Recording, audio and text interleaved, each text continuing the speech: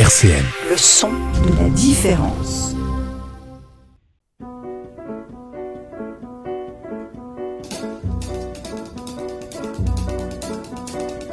Dialectique sur RCN, Lionel Courchinoul. Bonjour tout le monde et bienvenue dans ce nouveau Dialectique aujourd'hui. Quel bonheur de vous retrouver en ce vendredi ensoleillé. En ce vendredi, j'ai envie de parler de sport, j'ai envie de parler de rugby et aujourd'hui on va se poser une question. En quoi est-ce que le rugby est un vecteur de lien social? Et pour ce faire, j'ai le plaisir de recevoir Frédéric Paris.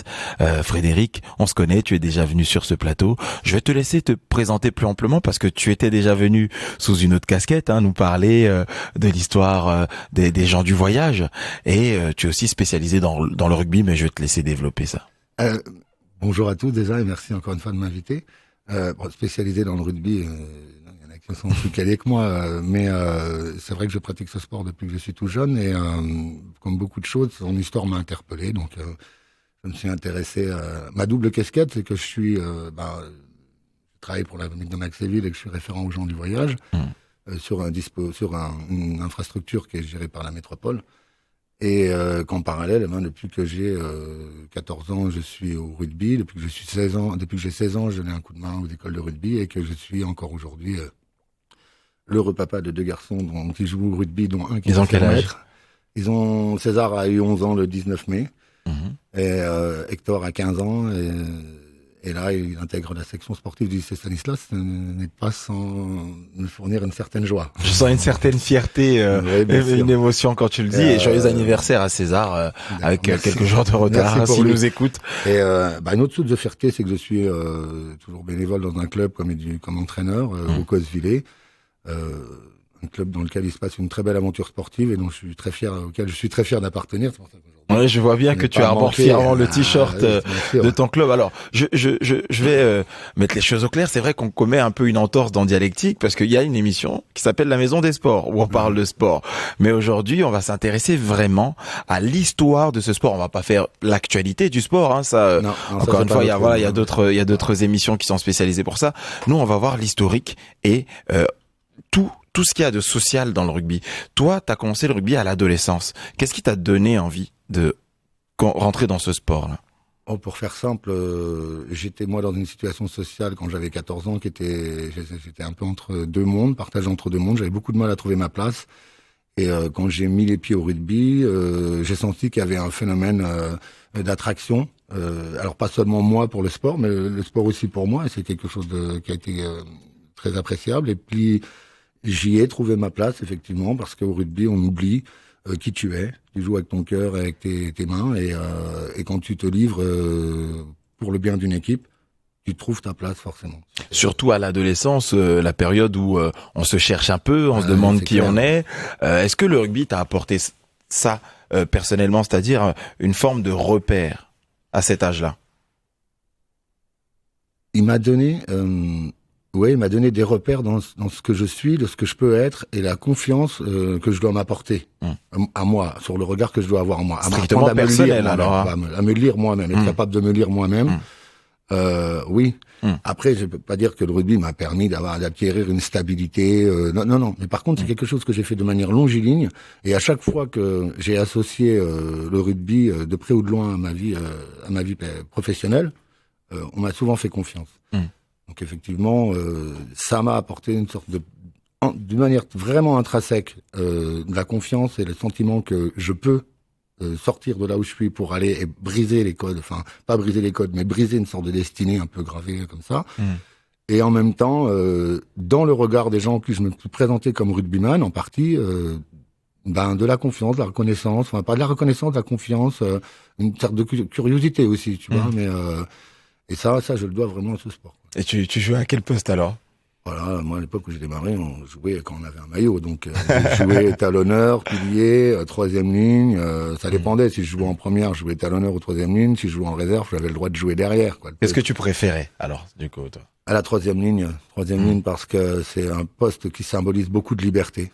Et la liberté, c'est quelque chose de très important pour moi. Donc, T'étais T'étais plus toi-même à ce poste-là, quoi. Oui, plutôt que talonneur, ça a collé aussi avec une certaine faculté que j'avais à mettre la tête là où mettaient pas le pied, les autres mettaient pas le pied, comme on disait dans le milieu, mais j'étais plutôt entravé, quoi. Là, alors que troisième ligne, c'est vraiment le poste des libres, quoi. C'est les guerriers penseurs, quoi, qui jouent à ce poste. Bon, on va parler de tous ces guerriers penseurs-là, mais à travers l'histoire. Alors, je me suis renseigné un peu, hein. Je t'avoue que le rugby, c'est pas du tout mon sport de prédilection, et j'ai entendu parler d'un certain William Webb Ellis. On va parler un peu de son histoire, mais avant, on va parler un peu aussi de la préhistoire du rugby. Le calcio, la soule, et même des sports dans l'Antiquité grecque. Qu'est-ce qu'on peut dire de ça? Déjà, ce qu'on sait, c'est que le registre archéologique nous livre des traces de balles, de ballons, de très bonne facture, hein, des objets très bien faits, bon, probablement à destination des plus riches, hein, à l'époque, mais on en trouve dans les tombes chinoises, on en trouve dans les tombes égyptiennes, dans les tombes celtes. Ils étaient de quelle matière, ces ballons? Alors, souvent en cuir, tissu, étoffe, ça pouvait être du canevas brodé, enfin, avec du lin, enfin, toutes les matières qui pouvaient représenter un aspect agréable et solide, en même temps, pouvaient être utilisées, quoi. On a beaucoup de chance parce que sur certains territoires, la région est tellement sèche que ces matières-là ont survécu, quoi. Mais on sait que le ballon accompagne la vie de l'homme depuis très très longtemps. Alors qu'est-ce qu'il y a là-dedans, qu'est-ce qu'il y a à découvrir là-dedans? Peut-être que déjà la forme sphérique, c'est une forme qui symbolise dans beaucoup de civilisations, dans beaucoup de peuples, le soleil. Et que on se demande un peu qu'est-ce qui fait que les hommes s'échignent comme ça à vouloir transférer un ballon d'un côté à un autre. Et qu'est-ce que ça veut dire? Je pense, il y a là une symbolique liée à la course du soleil. Et sûrement aussi, plus tard, après, lié à la fertilité, quoi. Mais là, tu touches un point très important, parce que beaucoup de personnes qui ne font pas partie du sport, on entend parfois sur les critiques par rapport au salaire des footballeurs, ils sont payés à courir bêtement derrière un ballon. À quoi ça sert? Justement, là, c'est bien expliqué. C'est quelque chose qui existe depuis très très très longtemps, cette bagarre, cette simulation des hordes sauvages où on cherche à acquérir, choper un objet et absolument aller le mettre à un autre endroit, alors que les autres veulent pas le mettre à l'endroit-là, ils veulent le mettre à un autre. Ça accompagne le divertissement de l'homme, comme le disait Henri Garcia. Il n'est pas impossible que même nos très très anciens ancêtres, Zynécanthropes, Philécanthropes et autres australopithèques, une fois bien reposés et la panse remplie, soient acharnés aussi à défendre un bout de crâne ou un bout d'os qui voulait absolument tenir à l'ombre, que les autres voulaient le mettre au soleil. Tu vois, ça remonte à, c'est un besoin.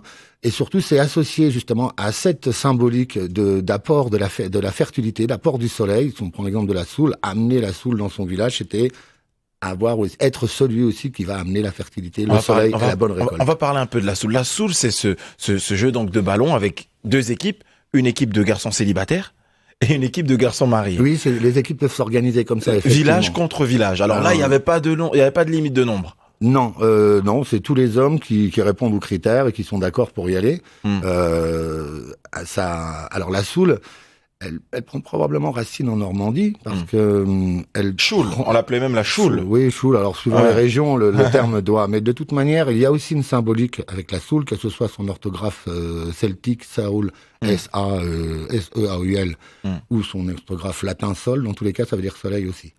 Donc on revient encore sur cette symbolique, on s'en amène pas trop.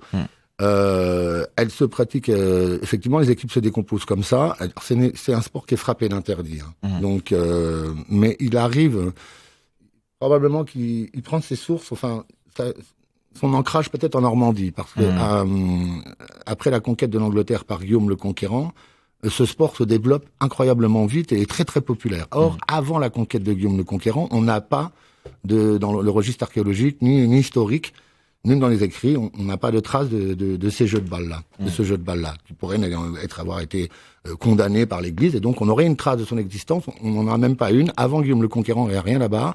De la Normandie, Monsieur Guillaume envahit l'Angleterre, le sport se développe là-bas, et bien sûr, il est déjà très populaire sur le territoire français. Et il se joue déjà avec les mains.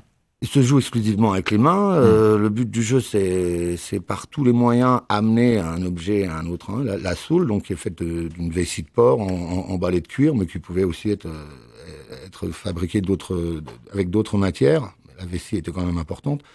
C'était assez violent. Hein. C'est l'occasion de beaucoup. Tous de les coups sont permis. Ah oui, il y a pas de registre de règles, quoi.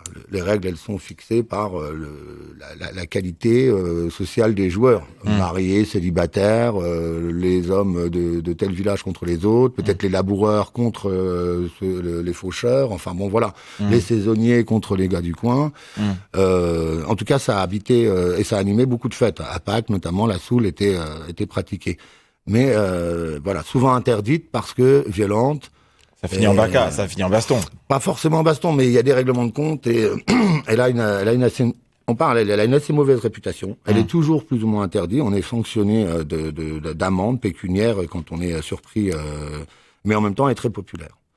Paradoxe, quoi. Elle est très très populaire, ouais, et elle le devient aussi en Angleterre, comme on l'a dit, et c'est pour ça que on pourrait parler de la soule française pendant des heures, mais il faut maintenant de franchir la Manche et aller voir ce qui s'est passé en Angleterre. Qu'est-ce qui s'est passé justement? Donc là, on a la soule, on a ce sport qui arrive de l'autre côté de la Manche, et il y a des transformations, mais ça prend beaucoup de temps. Ça se propage assez vite, ça prend beaucoup de temps. Encore une fois, c'est interdit parce que les activités qui sont autorisées par les différents rois d'Angleterre à cette période sont des activités militaires, notamment l'archerie. Ça, on est en quelle année à peu près on est un peu avant la guerre de 100 ans là. On est à cette période-là. Il y a ou même un peu avant. Le but du jeu, c'est d'avoir des bonnes armées. Et les Anglais ont très bien compris que plutôt que d'armer lourdement un chevalier, il valait mieux avoir des archers. L'archerie anglaise. Et donc, le sport privilégié. Et à ce titre, encore là-bas aussi, là-bas, sur ce territoire, en Angleterre aussi, la soule, le football, qu'on appelle déjà comme ça. Exactement. Voilà. Commence déjà à prendre son origine là-bas parce qu'on pousse le ballon avec le pied aussi. Et il est aussi interdit. Il est interdit pendant pratiquement tout le Moyen-Âge. Et pourquoi on l'interdit? Encore une fois, parce qu'on privilégie les activités guerrières, qui sont ludiques, puisque c'est la guerre, et le sport n'est pas reconnu comme un vecteur de capacité à construire les hommes, à leur permettre de se construire, de se former, de créer des sentiments de respect, de courage, de solidarité. On pense qu'il y a que les activités de guerre qui permettent ça. Alors, on va s'attarder un peu sur le football, qui du coup se joue avec les pieds. Au départ, un sport, on peut dire, de combat. Hein. Et le reproche qui a été fait plus tard, c'est que le football a délaissé le combat pour le ballon, alors que le rugby est resté un sport de combat. Aujourd'hui, il n'est pas monnaie courante d'entendre que le rugby, pour ceux qui ne sont pas des aficionados, hein, que le rugby est un sport de combat. C'est un sport de combat collectif. Et s'il l'est resté après la création de la Football Association, à partir de 1800, la Football Association est donc fondée en 1846. À peu près, on va dire, moitié. Et c'est bien la Football Association qui est créée. C'est pas la Rugby Association. Là, on joue on pratique un sport. On se plonge immédiatement dans l'Angleterre victorienne. Nous sommes dans les grandes écoles anglaises. Voilà. Les jeunes garçons ont obtenu des bourgeois, des gens très riches, des classes sociales. Voilà, on est sur voilà. Mais il existe aussi des écoles plus modestes à l'intérieur des villes qui disposent pas du même terrain. Toujours est-il que on est à cette période-là. Nos jeunes étudiants anglais disposent d'un temps, on leur accorde un temps. Parce qu'évidemment, le temps, il est lié au soleil, hein. On n'a pas de stade éclairé la nuit, donc c'est durant la journée, donc il faut prendre du temps. Ce temps, il est offert par un professeur qui décide de prendre sur ses heures de cours.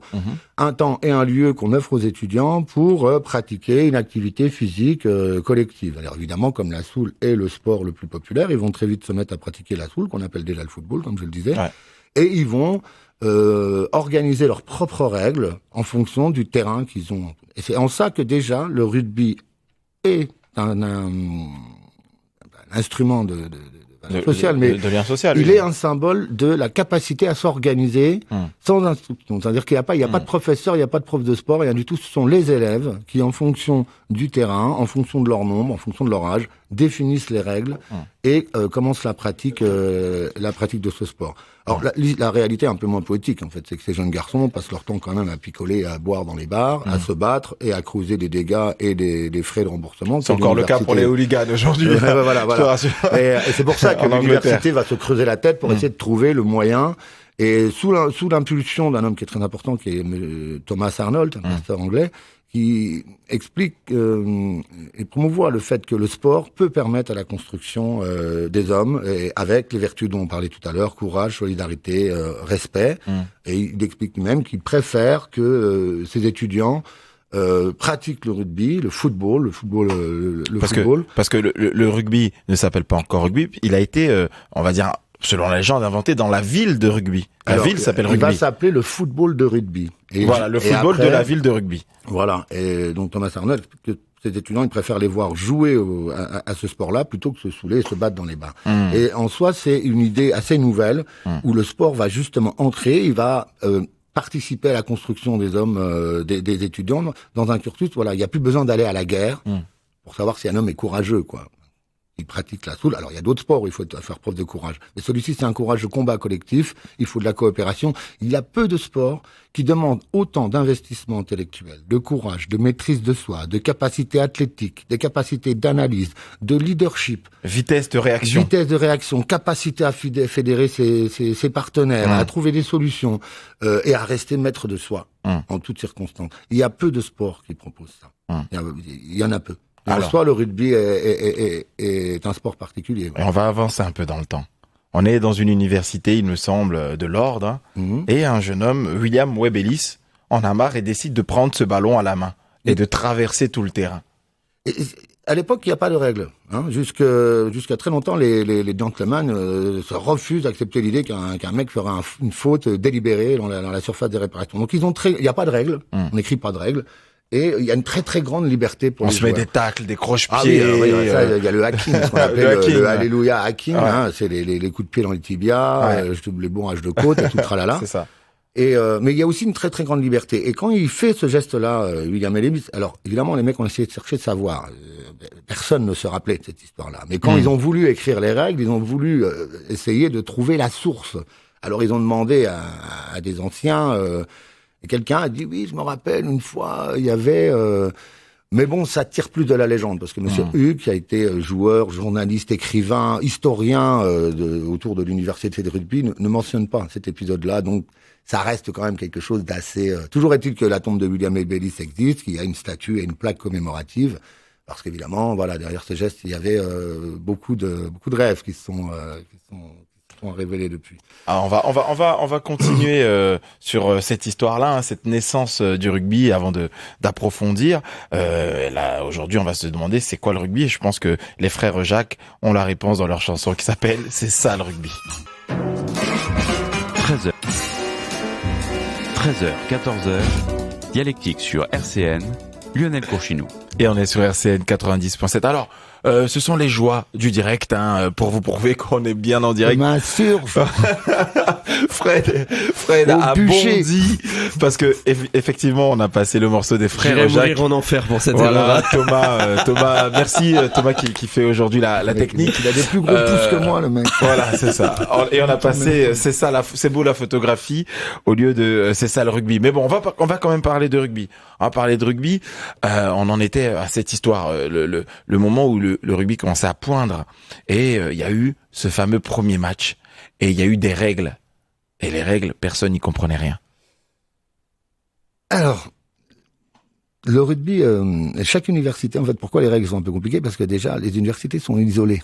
Jusqu'avant l'arrivée du chemin de fer, il était très compliqué d'organiser des matchs entre différentes écoles ou différents clubs. Les déplacements prenant trop de temps. Mais dès que le chemin de fer est apparu, on a pu commencer à transférer des populations et donc organiser des matchs. Et là, bien sûr, on s'est aperçu que les règles n'étaient pas les mêmes pour tout le monde. Effectivement, suivant la nature du terrain, dans les écoles où il y avait que du pavé sur le sol, ils jouaient exclusivement debout, et les regroupements, tout le monde restait debout. Il y avait très peu de gens au sol, ou alors c'était risqué. Et dans les endroits où il y avait de l'herbe, ils acceptaient beaucoup plus facilement le contact. De la même manière que le but du jeu, c'était de marquer, donc de porter ce ballon jusqu'à arriver et de tirer entre deux poteaux. Dans certaines écoles, il y avait un nombre incroyable de mecs qui pouvaient se mettre en dessous entre les poteaux pour empêcher le tireur. Dans d'autres écoles, ils étaient déjà passés au truc au-dessus, c'est-à-dire ils avaient remarqué le problème, ils avaient monté les poteaux bien plus haut et il fallait tirer au-dessus. Dans d'autres écoles, il y avait carrément des cages de but. En fait, chacun jouait de son côté, et il a fallu c'est comme si on était dans un quartier et que chaque rue avait son code de la route différent. Ah voilà. Et qu'on disait, allez-y, voilà. conduisez maintenant dans ce quartier. Tout le monde sur le terrain, bah, effectivement, c'est complètement, c'est donc un les gens, bordel. le premier match, c'était Angleterre-Écosse. Alors, le premier match international, c'est Angleterre-Écosse, je crois que c'est en 1869. Les joueurs, d'ailleurs, il y a déjà un certain nombre de règles. Hein. La première règle, ça a été, bon, évidemment, l'essence du jeu du rugby, du corps, de l'ADN du rugby, c'est la règle du hors-jeu. La règle du hors-jeu sur le fait que tu peux pas passer le ballon en avant et tous tes partenaires doivent se tenir derrière toi. Ça impose que le porteur du ballon est le premier exposé. Et ça fait déjà une des particularités du rugby. La deuxième, à laquelle on est fermement attaché, c'est la notion de combat. C'est l'un des seuls sports, en dehors des sports de combat comme le judo et d'autres, où on peut prendre un adversaire et le stopper en le mettant au sol. Et ça a été une valeur qui a été maintenue contre tout, car au début, sous l'impulsion de beaucoup, quand la Football Association est créée, beaucoup de clubs ou d'universités jouent debout, ne jouent pas avec ces contacts-là. Et ils n'en veulent pas. Et c'est sous l'impulsion des Écossais, enfin, grâce à la ténacité des Écossais, qui ont refusé de signer cette charte de règles qui imposait qu'il n'y avait plus de contact, qu'on a pu continuer à jouer au rugby comme ça. C'est un peu grâce à eux, parce qu'ils ont voulu continuer à se bagarrer. J'adore le tempérament des Écossais. On est américains depuis des siècles. Mais voilà. Parce que, voilà. Et c'est pour ça que s'est créé à un moment la Rugby Association. Pour se dissocier du football, à qui on reprochait d'avoir délaissé le combat pour se concentrer uniquement sur le ballon. Voilà. Et quand la Rugby Association est créée, il existe déjà presque 10 000 clubs de Football Association. Or, le nombre de clubs de Rugby Association, la Rugby Union, excusez-moi, la Rugby Union, dépassera rarement les 450, quoi. Hein, donc on est sur des échelles qui voilà, sont... on est bien sûr. Donc la Football Association en premier, création de beaucoup de clubs, conflit, organisation des règles, séparation des deux sports, création de la Rugby Union et la pratique du rugby. Maintenant, on revient à ceux qui veulent pratiquer le rugby avec le combat. Et ce premier match, donc Écosse-Angleterre, il est gagné par l'Écosse. Il me semble. Ouais. Ah bon? J'avais vérifié. En tout cas, ce que je sais, c'est qu'à un moment durant ce match, les joueurs ont été voir l'arbitre pour lui demander si on pouvait faire une petite parenthèse hacking et revenir aux anciennes se règles. Bagarrer un petit peu. Ouais, où on se mettait. Évidemment, l'arbitre c'était le créateur du Loreto. Je ne sais plus son nom, Monsieur Hammond, je crois. Il a formellement refusé, il a menacé de quitter le terrain si les mecs voulaient faire ça. Donc le jeu a repris normalement et tout. Mais il était attaché, hein, l'ancienne règle, l'ancienne pratique. Les règles se mettent en place comme ça. Donc il y a la première règle, la règle du hors-jeu. Après, il va y avoir le nombre de joueurs. Ça s'affiné. Au début, on va jouer à 20. Est-ce qu'on joue à 20 avant de jouer à 15? Avant de passer à 15, on va jouer un temps avant. Au début, c'est 120 élèves contre 120 élèves. Hein. Et durant les parties enfin bon. Les parties sont interminables en termes de temps. On a des matchs où il y a 60 jours de chaque côté. Et puis à un moment, il faut quand même organiser ça et on arrive à un nombre de 20, un nombre de 15. Et puis après, à l'intérieur de ces joueurs, il y a ce qu'on appelle les trois quarts. À l'époque des anciennes règles, les trois quarts, en gros, c'était les gardiens de but. Hein. C'est ceux qui empêchaient le mec de tirer entre les poteaux. Et puis les avants, ceux qui vont à la barbaque, quoi, en gros, pour arracher le ballon, quoi. Et, en termes de durée, le match, il dure combien de temps, les premiers matchs? Au début, les notions de santé publique existent peu, hein. On reconnaît la valeur du sport, mais on ne se dit pas qu'un match de 3 jours, c'est un peu long, quand même. Il n'y a pas la sécu, il n'y a pas... Non, il n'y a pas ça, mais surtout, on n'a pas de limite de temps. Ça aussi, ce sont des choses qui vont arriver, qui se mettent en place tout doucement. D'ailleurs, l'apparition des arbitres est très tardive. Au début, le rugby, là encore, quand on parle des sources, des origines, c'est une affaire entre joueurs. Il y a un chef de camp de chaque côté, qu'on n'appelle pas encore le capitaine. Et quand il y a un problème, ce sont les chefs de camp qui règlent le problème.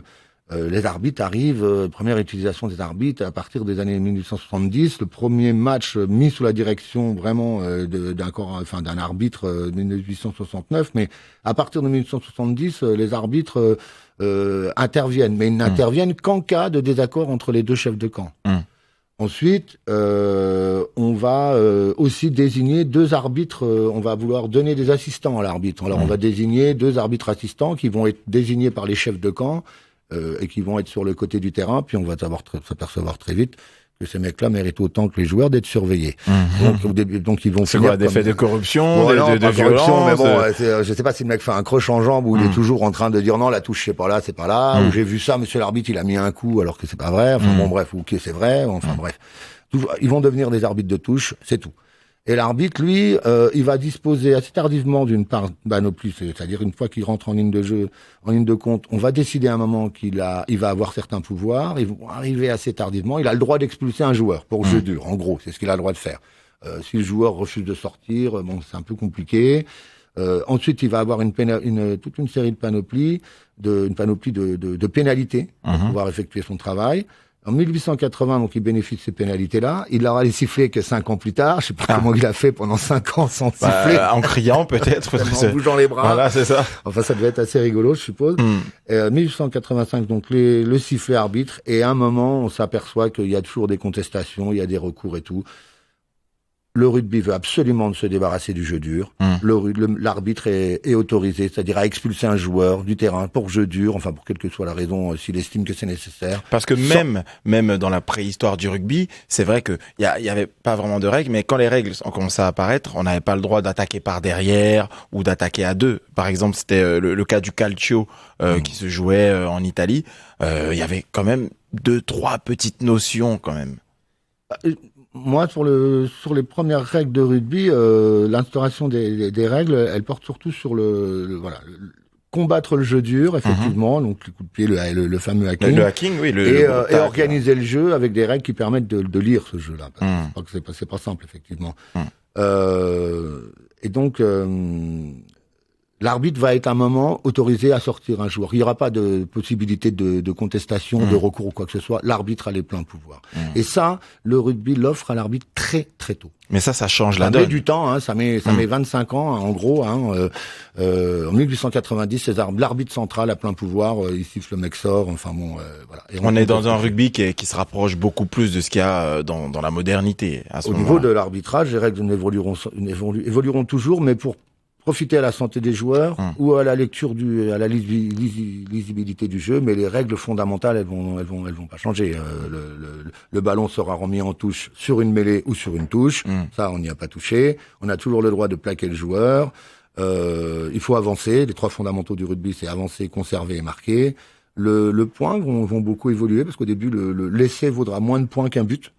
Et puis les mecs vont se rendre compte que c'est quand même beaucoup plus dur physiquement de marquer un essai que de marquer des points au pied. Et donc petit à petit, l'essai, un jour il va aller à 1 point, il va en valoir 3, il en vaudra 4 jusqu'à l'entrée des années 80, puis 5 juste après. Maintenant, ça a pu changer, quoi. D'autres fait marquer dans le. Oui. On va développer encore sur les premières années et la façon dont le rugby est arrivé en France. Moi, il y a un rugbyman qui a été semi-professionnel, un ami que j'ai suivi pendant longtemps et qui m'a accordé une petite interview pour parler de sa passion. C'est Nadif Mohammadi. On écoute ça tout de suite sur RCN. Bonjour Nadif, je te laisse te présenter. Je m'appelle Nadif Mohammadi, j'ai 32 ans et j'ai grandi dans le quartier de Nancy-Haut-du-Lièvre. Ok, et qu'est-ce que tu fais dans la vie? Quelles sont tes passions? Actuellement, je suis salarié dans une banque à Nancy, la banque Société Générale, et ma passion, c'est le sport et plus particulièrement le rugby. Ouais, et du coup, le rugby, comment t'as commencé? À quel âge? Qui t'a donné envie de faire du rugby? J'ai commencé à l'âge de 10-11 ans. C'est donc le frère de ma grand-mère qui était entraîneur à Nancy-Séchamps, un club de la banlieue de Nancy. Du coup, il m'a ramené quelques fois à ses entraînements. Les entraînements qu'il faisait avec des plus grands. Et après, moi, j'ai commencé à m'entraîner avec les gens de mon âge et j'ai kiffé. Donc, t'as commencé dès le plus jeune âge, quoi. Oui, dès le plus jeune âge, en Benjamin, je crois que ça s'appelle. Benjamin, c'est quoi, 10-12 ans à peu près, non? Et ouais, je crois que c'est 10, 11 ans ou un truc comme ça. Ça fait tellement longtemps que je ne sais plus exactement. Alors, t'as mentionné quelque chose d'important pour moi, le fait que t'aies grandi dans un quartier, la banlieue nancéenne, le Haut-du-Lièvre. Et moi, pour avoir grandi dans ce quartier, je sais que majoritairement, je dirais que 99% des garçons, ils font du foot. Qu'est-ce qui a fait que toi, t'es pas allé vers le foot? Le foot, j'ai toujours aimé le foot, même encore maintenant, j'aime le foot, mais je trouve que le rugby, il y a plus de cohésion de groupe, il y a plus de solidarité. Les amis que j'ai eus quand j'avais l'âge de 11 ans, quand j'ai commencé le rugby, ce sont mes amis. Alors que le foot, c'est différent. Ok. Et le rugby, il t'a apporté quoi socialement? Parce que là, tu parles d'amitié, des gens que tu as connus à 10, 11 ans et que tu côtoies encore aujourd'hui. Est-ce que, donc, on peut résumer ça à une aventure humaine dans le sens où ça t'a apporté des amis, mais quoi de plus? Ça m'a apporté des amis, ça m'a apporté mes entraîneurs, les entraîneurs successifs que j'ai eus ont su, on va dire, me canaliser, ont su m'orienter, ont su m'apprendre, on va dire, certaines valeurs et qui m'ont permis du coup d'étudier à l'école, de chercher un travail, d'avoir une rigueur dans la vie. C'est ce qui m'a pris dans le rugby. Et tu disais tout à l'heure que pour toi, le rugby prônait plus des valeurs de cohésion de groupe. Là, je suis désolé, mais il va falloir argumenter. Hein. Dans le rugby, ce qu'il y a, c'est que ce que j'ai appris dans le rugby, c'est que quand on perd ensemble. C'est pas juste une personne qui nous a fait perdre le match ou c'est pas l'arbitre. Quand on perd ensemble. Alors que dans le foot, parfois, ou même souvent, quand j'ai joué au quartier avec mes amis, c'est à cause de toi qu'on a perdu, c'est à cause de toi, t'as pas fait la passe, t'as pas fait ci. Alors que le rugby, on a perdu les gars aujourd'hui, la prochaine fois on fera mieux. On perd ensemble, on gagne ensemble. Tu parlais aussi de relation avec les arbitres, qui est différente par rapport au foot. La différence, c'est que dans le rugby, même si c'est un sport de combat, la discipline est primordiale. C'est-à-dire que quand l'arbitre siffle, il dit il y a faute, même si on sait que l'arbitre a tort, on va pas forcément aller voir l'arbitre. On va pas se mettre autour de lui pour lui dire t'as tort, ceci, cela. On va pas lui mettre la pression. Il n'y a que le capitaine qui va vers l'arbitre pour râler. Alors qu'au foot, je trouve que c'est tout le monde va voir l'arbitre, tout le monde, c'est un peu anarchique, je trouve, au niveau de ça. Tu parles de combat. Le rugby, c'est un sport où il faut avoir un sacré mental. Il faut rien lâcher. C'est un sport qui est très dur physiquement. Est-ce que ça, on peut le transposer aussi, ces valeurs-là, dans ta vie au quotidien? Est-ce que tu as pu, à un moment donné, puiser dans ce que tu as appris le rugby? Oui. À savoir la valeur du travail, de l'effort, la douleur, les coups, prendre des coups, savoir encaisser et avancer. Oui. Est-ce que ça t'a servi? Ça m'a servi dans tout mon cheminement depuis le collège. Le rugby, tu vas à l'entraînement, tu as un objectif à la fin de l'année, tu te dis bon, l'objectif c'est ça, c'est telle place, c'est telle victoire. Tu t'entraînes tout au long de l'année pour cette victoire. Et dans la vie aussi, c'est la même chose. Tu te dis je vais à l'école pour avoir le bac, du coup je dois apprendre, je dois travailler, je dois souffrir pour un objectif. Et c'est à peu près pareil dans le sport. C'est même dans tous les sports. Hein, c'est le rugby, c'est le dépassement de soi. C'est quelque chose de formateur dans la vie. Toujours dans ces notions de combat, mais cette fois-ci, on va aborder les questions qui fâchent. C'est un sport où il y a quand même beaucoup de bagarres sur le terrain. Oui, il y en a. Enfin, il n'y en a pas beaucoup.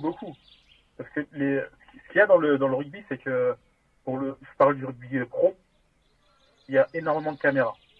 Donc, en fait, ce qu'il y a, c'est que quand quelqu'un fait, on va dire, un geste qui n'est pas approprié ou qui tire les cheveux, qui fait n'importe quoi, automatiquement, il se met en porte-à-faux parce qu'il sait très bien que les images sont visionnées et on va scruter à la loupe et il sera sanctionné. Donc au niveau des bagarres, il y en a, mais c'est pas tant que ça. Après, ça reste que sur le terrain et en dehors, c'est fini. C'est vrai qu'il y a... On dit à troisième mi-temps. Comment, pardon? On dit après, pendant le match, c'est la guerre, mais après la guerre, c'est la troisième mi-temps. Et, on va boire un verre ensemble, tout le monde rigole ensemble, on mange ensemble, c'est le rugby. Bon, en général, après la guerre, c'est la bière, hein, même si ça rime, je sais, oui. Pour avoir côtoyé les stades de rugby un peu. Oui, bon, c'est vrai qu'il y a quand même des contacts, hein, ça y va, hein, et on peut pas aussi nier le fait que certains contacts laissent des séquelles assez importantes. Oui, ça c'est vrai. ce qu'il y a de plus en plus, c'est que les joueurs, même de plus en plus tôt, ils sont, on va dire, ils se musclent, ils se préparent, ça devient des machines de guerre.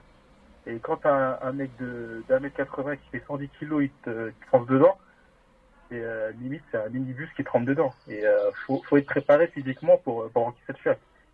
Et il y a des personnes, voilà, il y a des fois des pertes de connaissances ou même des blessures. Mais en général, on se prépare tellement bien qu'il y a peu de blessés. Quand je vais par exemple chez mon médecin, il me dit mais tous les dimanches, il y a des matchs de foot. Les lundis, mardis, je vois que des joueurs de foot, mais je vois peu de rugbyman. J'en vois quelques-uns, mais moins. C'est-à-dire qu'en fait, nos coachs, ils nous préparent bien physiquement pour les chocs. Du coup, je pense que les entraînements, ça fait leur effet. Et puis les entraînements, toi, t'en as eu. Il faut dire que t'as joué à un niveau semi-pro, t'as été en sélection Lorraine, en centre de formation à Saint-Étienne. Est-ce que ça, c'est dans ta vie, ça t'a apporté des choses? Oui, ça m'a apporté beaucoup de choses. C'est le fait d'être en centre de formation. On voit beaucoup de choses, on apprend beaucoup de choses, et on voit plus les choses de la même manière. Par exemple, juste le fait d'être avec mes amis, aller boire un verre, c'est quelque chose que j'apprécie. Quand j'étais en centre de formation, c'était un entraînement et quel entraînement. Après, tu rentrais chez toi et puis c'est tout. C'était pas la vie de rêve, on va dire. C'est là que je vois le sacrifice des joueurs professionnels. Ils font un lourd sacrifice. Ils voient pas leur famille, ils voient pas leurs amis, ils sortent pas autant qu'on le penserait. C'est travail. Il faut être performant pour jouer après des week-ends. Et tu joues à quel poste? C'est vrai qu'on n'a même pas précisé ça. J'ai joué et je joue à plusieurs postes. Et quasiment tous les postes arrière, sauf le fait 10 parce que c'est les postes que j'affectionne le moins. Ou sinon c'est 12, 13, 14, 15, c'est tous les postes arrière. C'est centre, ailier ou arrière. Alors pour terminer cette interview, est-ce que tu as un mot de la fin, un mot qui pourrait donner soit envie aux plus jeunes de faire du rugby, ou alors à ceux dont le corps ne permettrait pas de pratiquer l'activité, au moins de regarder ou d'aller dans les stades? Le mot que je pourrais dire, c'est qu'au rugby, on a besoin de tout le monde, que tu sois grand, petit, gros, maigre, musclé. Le rugby, c'est un sport de famille, c'est un sport de valeur, c'est un sport qui fabrique des femmes et des hommes, c'est le sport de demain. Donc venez tous vous entraîner à Nancy Séchant. Bon petite promotion pour ton club en passant. En tout cas, oui. Merci beaucoup Nadif d'avoir pris le temps de répondre aux questions. À toi. Et puis on se dit à bientôt. À bientôt, merci à toi. Jusqu'à 14h, Dialectique sur RCN. Et on vient d'écouter Nadif Mohammadi qui nous a livré sa passion pour le rugby. Nadif qu'on salue s'il nous écoute, et qui nous a parlé de notions de famille. Alors comment le rugby est arrivé en France, et est-ce que tout de suite ça a été vu comme un sport qui rassemblait les familles? Le rugby, il arrive en France très tôt, mais dès 1800, dès la fin du 19e siècle, 1880. Il arrive à Paris. Certains disent que c'est au Havre, mais non, c'est à Paris. Les étudiants anglais viennent à Paris, Prince-Édouard. Et là aussi, à l'année, à Paris, les Anglais fréquentent Paris, justement, bien comme il faut, quoi. Quand il arrive à Paris, est-ce que c'est encore là un peu réservé à une élite financière, ou ça va devenir populaire? Parce qu'aujourd'hui on peut dire que c'est populaire, mais est-ce que ça l'a toujours été en France? C'est une découverte, c'est un sport qui arrive. L'activité sportive, la découverte, on est à l'époque des expositions universelles, donc on s'ouvre sur le monde, on va réactiver les Jeux Olympiques à cette période-là. L'année 1900. Ouais, même un peu avant, je crois, les Jeux Olympiques. Donc c'est une ère de découverte, voilà, non, il y a pour vous donner une idée, 1906. Les All Blacks c'est la presse qui les appelle les All Blacks. Oui, la presse joue un rôle très très important dans les appellations. Petite précision, Oui. Là c'est avant que tu poursuives. À la base, le journaliste, alors c'était les stéréodactylos, il avait envoyé They are all back. Ils sont tous derrière. et il y a eu une erreur de frappe et ça a donné des All Black. Ah, peut-être, ouais, sûrement. Et ouais. depuis, on les appelle les All Black. Mais à la base, le journaliste voulait dire qu'ils sont tous derrière, en fait. Ils Derrière, défendent. ils ont un jeu, ils ont surtout qu'ils avaient un jeu complètement différent d'une autre, c'est-à-dire qu'ils avaient beaucoup de joueurs disponibles sur les espaces derrière et ils se faisaient beaucoup de passes avec le ballon. Voilà. C'était complètement différent du rugby. Une nouvelle vision du rugby, quoi. Complètement. Les Néo-Zélandais viennent faire une tournée qui dure presque 6 mois. Ils font plus d'une trentaine de matchs en Angleterre et ils acceptent, à l'invitation des dirigeants français de venir faire un match en France en 1906. Ils viennent, ça se joue au Parc des Princes. Il y a pas loin de 8000 personnes pour ce 1er janvier. Et les All Blacks, comme va les appeler la presse, jouent contre les Français. C'est très compliqué pour les Français. Ils prennent une petite dérouillée. Mais il y a un événement qui va avoir des conséquences super importantes. En fait, c'est que le capitaine des All Blacks, Dave Gallagher, il va demander à ses hommes de lever un peu le pied, qui va permettre aux Français de marquer 2 essais, 8 points, soit autant que Cardiff et plus que toutes les autres équipes britanniques contre lesquelles les All Blacks avaient joué, les Néo-Zélandais avaient joué. Et ce qui va faire que dès le mois de mars, là on est en janvier, dès le mois de mars, les Français vont recevoir une invitation pour intégrer le fameux le giron britannique. Encore une fois, le tournoi des 5 nations est une invention de la presse, c'est une invention de la presse. Ils n'appellent pas comme ça, les Anglais n'appellent pas comme ça cette compétition. Mais les Français vont être invités, conséquence du geste, voilà. Donc à chaque fois que les Français rencontrent les All Blacks, et encore maintenant, il y a ce trophée Dave Gallagher qui tombe dans les tranchées françaises à Verdun ou dans la Somme, je ne sais plus, quelques années plus tard, et en sa mémoire de ce geste qui a permis aux Français de rentrer dans le giron du rugby mondial. À l'époque, le giron du rugby mondial, c'est le rugby britannique. Et c'est à ce moment-là aussi que la France découvre le coq, le fameux cocorico. 1911, Voilà. Le coq français en 1911, la fédération créée en 1920, après la Deuxième Guerre mondiale. Le rugby se développe de manière fulgurante en France, mais sous sa forme après la première guerre mondiale. Après la Première Guerre, ouais, complètement. Il y a beaucoup d'argent qui circule. Il y a moi ça. Alors on va marquer une pause et on va écouter le haka des All Blacks avant qu'on passe à autre chose. Un téléphone.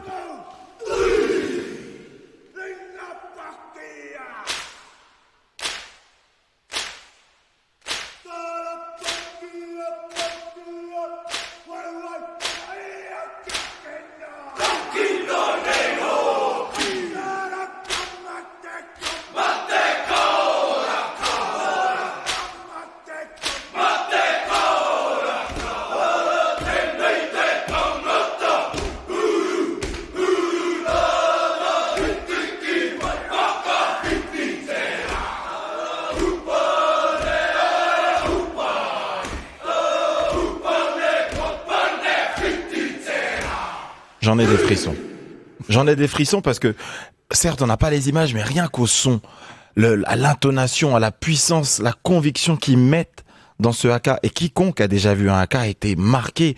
Ses yeux écarquillés, ces mouvements de trancher la gorge, ces langues. Il y a vraiment là un esprit guerrier de vouloir vaincre et qui impressionne l'adversaire. Alors souvent, on a déjà vu une fameuse image, je crois que c'était dans les années 2000, presque avant les années 2010, où l'équipe de France, autour de Sébastien Chabal, était rassemblée et a fait front comme ça à ce haka, ce qui était très rare de voir une équipe venir comme ça les affronter presque de très près. Et ce haka là, rien qu'à l'audio, il marque les gens. Quelle place il a eu dans l'histoire du rugby? Parce qu'il a popularisé quand même. Quand les Néo-Zélandais viennent jouer en Europe, ils ont quelques Néo-Zélandais maoris de souche avec eux, mais pas énormément.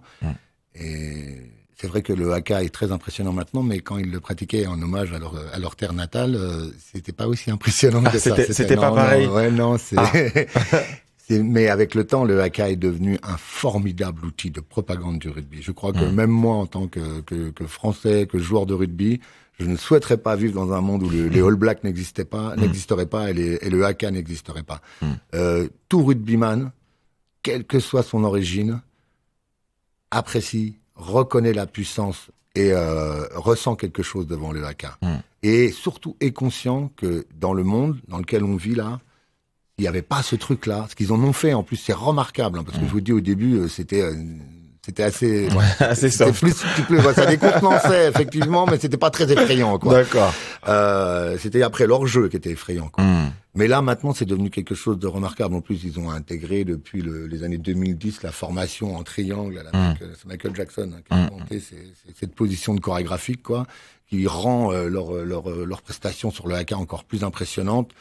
Et c'est un outil, c'est un symbole, c'est quelque chose de très très fort dans le monde du rugby, mais surtout qu'on peut pas expliquer, parce que moi je suis pas maori. Les paroles expliquent que c'est un homme qui revient vers la lumière, qui revient à la vie, enfin voilà, et qui fait un pas à chaque jour, chaque moment est un combat pour revenir vers la lumière. Son origine est qu'il se défiait en chantant avant de se battre. C'est une culture qui était très guerrière, hein, les Maoris sont. Et voilà, mais je peux pas expliquer. Moi, je me rappelle une fois à Nancy, il y avait justement Nadif parlait du club de Nancy-Séchamps. Il y avait un jeune garçon qui s'appelait Dylan, qui a joué de nombreuses années là-haut, quelques années, un junior et senior. Il était d'origine néo-zélandaise. Il a fait un haka tout seul une fois quand les juniors étaient devenus champions d'Alsace-Lorraine, tout seul. J'en vous en parle, j'en ai encore des frissons, quoi. Je veux dire, j'ai la chair de poule. Ça habite leur personnalité et leur culture, et pas forcément ceux qui sont d'origine maori. Tout néo-zélandais, maintenant, le haka, c'est devenu. Donc forcément, tout rugbyman apprécie et s'attache à ce truc et se considère proche. C'est pas je suis pas dans le haka, je suis pas dans ce monde-là, mais j'en suis très proche, quoi, et j'apprécie ça. Et ça c'est vrai que c'est dingue. Et puis c'est vrai que le rugby aussi a été propagé à travers les colonies, les anciennes colonies anglaises, les territoires, l'Australie, tout ça, oui. Complètement, et surtout qu'en plus, quand les Néo-Zélandais, ils arrivent en 1906 pour faire leur première tournée, ils mettent une culottée à tous les Anglais. L'élève a battu le maître, mais de manière retentissante. Ils arrivent des antipodes, les gars croient, ils s'imaginent que ce sont des paysans, enfin bon, voilà, et ils se prennent de rouste sur rouste sans rien comprendre. Effectivement, l'importance des colonies, des colonies anglaises d'abord et bataves, ensuite avec l'Afrique du Sud, mais ce sont des sports qui se sont implantés là, du passeport de cheminant et puis distraction, et puis rester accroché, garder ses valeurs avec ses liens avec son pays natal. C'est ça aussi, en ça aussi que le rugby existe dans ces territoires aux antipodes. Ça a créé une richesse formidable. Et puis après, il découle, vous avez des peuples comme les Néo-Zélandais, mais les Fidji, les Samoans aussi, ce sont des îles où les hommes avaient des facultés guerrières aussi, qui se sont complètement reconnus dans ce sport et qui sont aussi des nations importantes. Au rugby à 7, les Fidjiens, ils dominent le circuit mondial depuis de nombreuses années, quoi. Parce qu'il y a le rugby à 15, pour ceux qui connaissent pas, hein, nos auditeurs ne sont pas tous forcément des initiés, hein, rugby à 15, rugby à 13.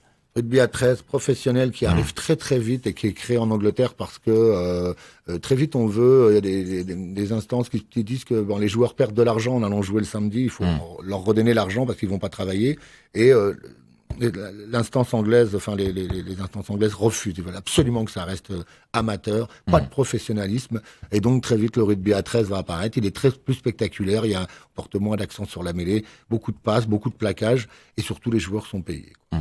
Et le phénomène de l'argent va impacter le rugby français, le rugby à 15 français, où dans les années 20, il y a beaucoup d'argent qui circule, les joueurs se vendent, s'achètent. Le club de Quillan, c'est un chapelier qui a énormément de moyens et un peu l'équivalent du Stade français. Il recrute au début des années 2000, il prend des joueurs de partout, il crée une grosse équipe, et il y a des problèmes d'argent, il y a des problèmes de violence parce que le nombre de clubs, la promiscuité entre ces clubs, les rivalités, les derbies font que c'est un rugby brûlant, bouillant, quoi. Les mecs se foutent sur la gueule.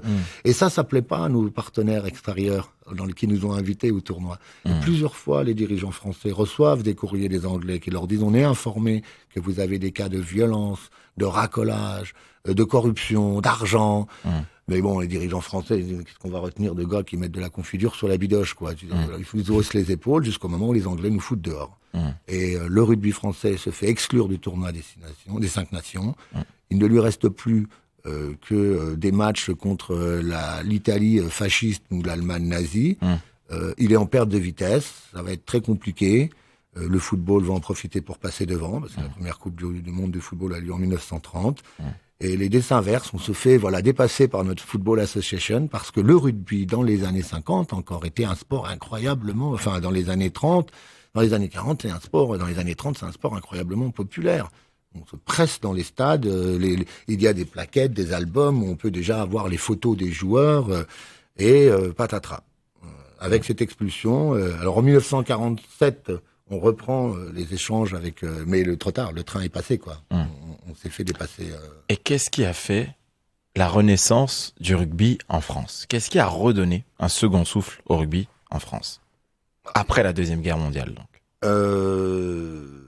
La réintroduction du rugby français dans le tournoi des 5 nations, l'aviation qui va permettre le déplacement d'équipes plus rapides. Les Néo-Zélandais vont pas venir une fois tous les 25 ans, ni les Australiens, ils vont venir plus tôt, donc il va y avoir une sorte de dynamisme là-dessus. Et puis les mots, les phrases, les joueurs. Lesquels? Quels joueurs? Il va y avoir des joueurs, Lucien Mias. Quelle époque, Lucien Mias? Les années 50, 1958. Jean Prat. Sont à la fois des joueurs qui vont fédérer, qui vont donner ils vont faire évoluer le rugby français, ils vont lui donner un nouvel aspect. Les Lourdes, le club de Lourdes est novateur. Bayonne l'était dans les années 20 avec son jeu en ligne, mais Lourdes le sera aussi. Et les phrases, les mots commencent à devenir quelque chose d'important. Ils le sont déjà à une époque. Il y a une très jolie phrase qui sont dit, celle de Lucien Mias, c'est magnifique. C'est voilà, le rugby est le seul sport dans lequel les hommes se rencontrent. Dans les autres, ils ne font que se croiser. Il y en a aussi très joli, de Jean-Pierre Rives. Le rugby, c'est 15 copains autour d'un ballon, puis quand il n'y a plus le ballon, il y a les copains, comme le disait Nadif. Le copain du rugby, quand il était jeune, c'est encore ses amis. On entend souvent, moi qui suis plus du côté football, le football est un sport de gentleman joué par des voyous, le rugby est un sport de voyous joué par des gentlemen. Alors je ne souscris pas du tout, mais c'est ce qui oui, c'est bien ce qui sûr, se dit. pour se démarquer, le football restera de toute manière un sport incroyablement populaire. C'est le seul sport où une équipe, David peut battre Goliath, ou une équipe amateur peut battre une équipe professionnelle. C'est fondamentalement impossible dans quasiment tous les autres sports. Donc à ce titre, ça reste un sport incroyable, mais le rugby porte le nom de sport roi. Et je pense que sur ça, tu vois, le rugby porte ce nom de sport roi, et le professionnalisme va aussi mettre un coup de boost aussi, l'exposition médiatique, la Coupe du Monde 95 avec Nelson Mandela qui remet la coupe. Ce sont des événements médiatiques extrêmement importants. Puis des joueurs comme Titou la maison, par la John suite. Alomou, quoi. Surtout John Alomou, bien sûr, avec sa effectivement houppette. devenir une star absolument internationale qui va booster le rugby et donner à Tana Umaga. À cette époque-là. Après, tout, de toute façon, le All Black entre dans une ère moderne. Là, ils vont produire star sur star, pendant un moment, mais les autres équipes aussi. La Coupe d'Europe de rugby aussi participe à ça, avec des échanges entre clubs au niveau européen depuis 1996. Premier vainqueur, Toulouse, le club français. Mais voilà tous les éléments qui ont fait que le rugby, et surtout aussi la qualité de formation à l'intérieur des clubs, le cahier des charges, l'exigence qu'ont les éducateurs et les formateurs et les clubs pour encadrer leurs gamins. Avec une remise en question permanente autour des règles, de la sécurité et de l'évolution des joueurs et des gamins, de leur bien-être. Et ça commence à porter ses fruits. Il y a une volonté aussi à ce que les gamins, même en centre de formation, poursuivent leurs études, ce qui parfois existe dans le football un peu moins. La scolarité, tu sais, je me posais la question la dernière fois, pourquoi les enfants des voyages font beaucoup de boxe. Tu peux faire de la boxe à haut niveau sans que la scolarité vienne te poser un problème, ils soient associés. Alors que si tu veux faire n'importe quel sport, c'est un sport-études, c'est un pôle espoir, c'est la scolarité est liée, et le rugby aussi. Et il est très exigeant là-dessus, c'est 15 de moyenne au-dessus, je crois, pour pouvoir vraiment rester dans un pôle espoir et tranquillement. Il faut vraiment travailler dur. Mais encore une fois, ça se joue au niveau des clubs amateurs, dans la qualité et la volonté de proposer quelque chose de cadré, de propre et d'évolutif en sécurité aux enfants qui y sont accueillis. Et sur ce message de bienveillance positive, je te dis merci beaucoup, Fred. Je crois qu'il faudrait 3 heures pour parler de rugby, mais j'espère que les auditeurs ont apprécié cette émission. Merci à toi en tout cas pour ton expérience. Et puis quant à nous, on se retrouve vendredi prochain. Merci à tous. Au revoir. RCN, www.rcn-radio.org